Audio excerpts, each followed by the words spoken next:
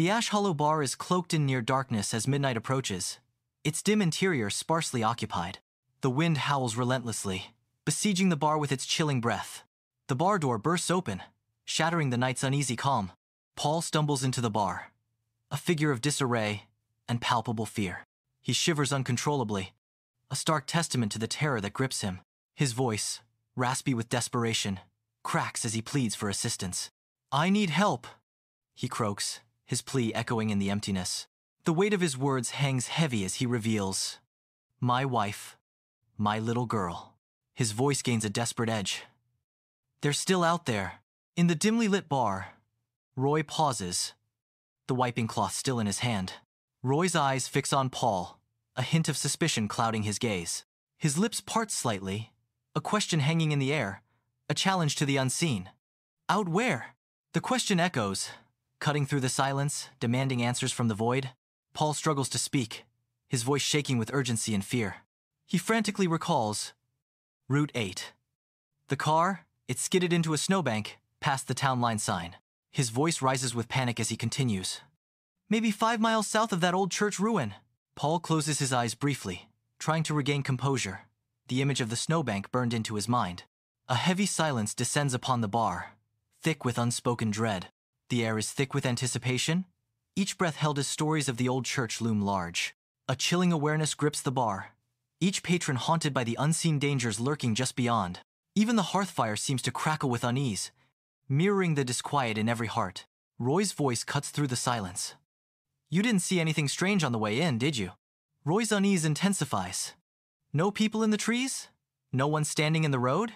In a room shrouded in mystery, Paul hesitates, his eyes betraying a deep unease as they dart nervously.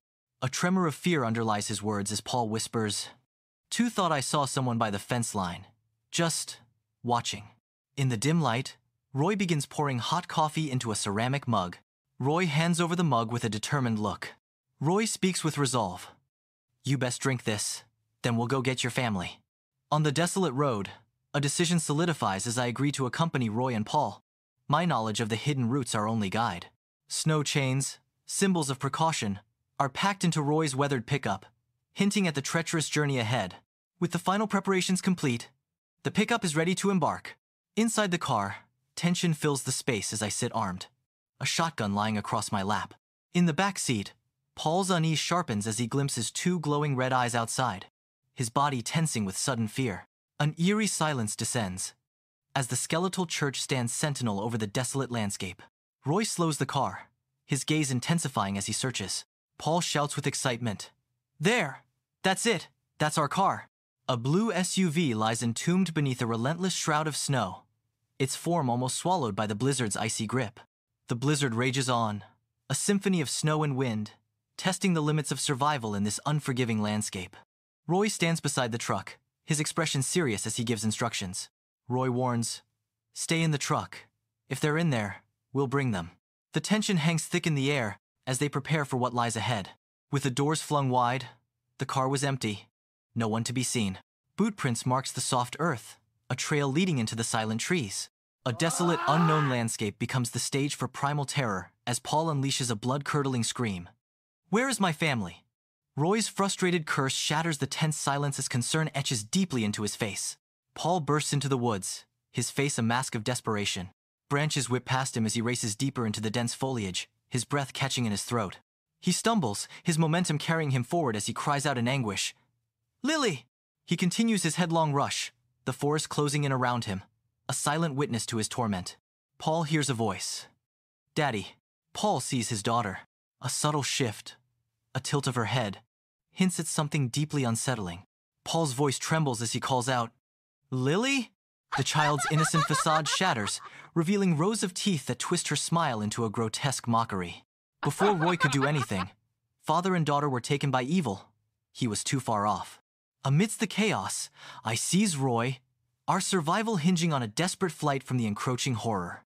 Together, we run, the forest blurring around us as we flee the relentless terror.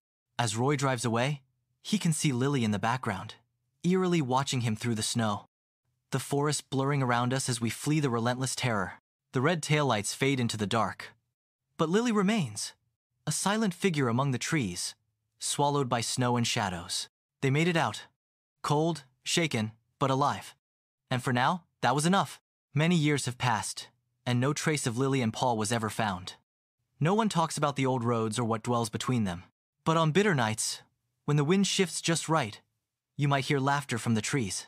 Light, hollow, not quite right. And if you're ever driving past Ash Hollow in winter, don't stop past the church, don't follow the lights, and if someone calls your name from the woods, don't look back. There's still a little girl out there looking for new friends.